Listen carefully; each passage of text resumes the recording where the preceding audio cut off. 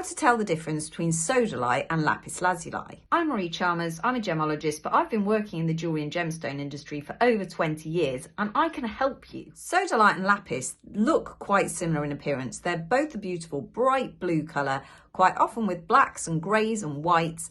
Lapis will commonly contain pyrite, but sodalite can also contain pyrite, so they do get misidentified. Here's some tips on how to identify between sodalite and lapis lazuli. Sodalite is a mineral that generally we recognise as being a lovely blue colour. It's bright blue, it tends to have black veins, white patches, sometimes the odd dash of red in it as well, but it actually can come in very many other colours. So if you think of fluorescent sodalite, which is sometimes sold as eupalite, that's a grey body colour of sodalite, and then hackmanite is a pink to purple variation of sodalite as well. It's the lazurite in sodalite that gives it that bright blue colour, and that is the same colouring element that colours lapis lazuli. That's why the two can be confused, because they actually contain that same mineral. Lapis lazuli is actually a rock, it's not a mineral at all. And a rock, technically, is a mixture of all sorts of different materials all together in one piece.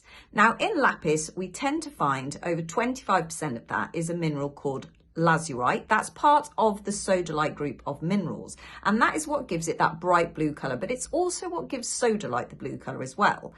Lapis also contains other minerals, so quite commonly it contains calcite, and that's your white veins, and also pyrite, which is what gives lapis that beautiful golden speckled effect, and sometimes you even get bands of pyrite growing within that lapis construction. Identify features of lapis versus sodalite. So for lapis, you should be looking for those pyrite speckles. You're looking for those little gold speckles, sometimes layers of pyrite within the lapis, and they're really desirable in lapis. Now, they can be found in sodalite, but not in the same quantity. It's much rarer. Sodalite is a slightly darker blue. It has often got black veins and white veins, sometimes red veins in it as well, and has a bit of a different look.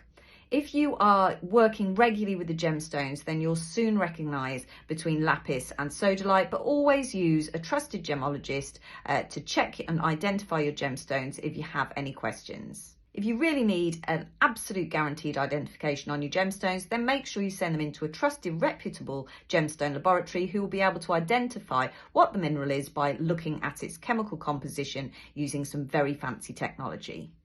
Thank you for watching, and don't forget to follow us for more gemmy information.